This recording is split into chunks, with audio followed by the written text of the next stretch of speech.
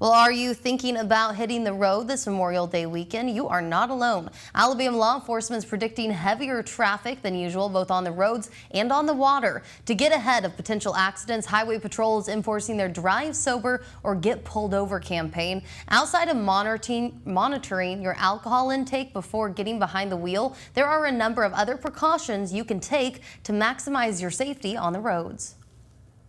Know where you're at, know your surroundings. Never leave in a hurry. Plan ahead, plan to know where you're going. Always use your seatbelt.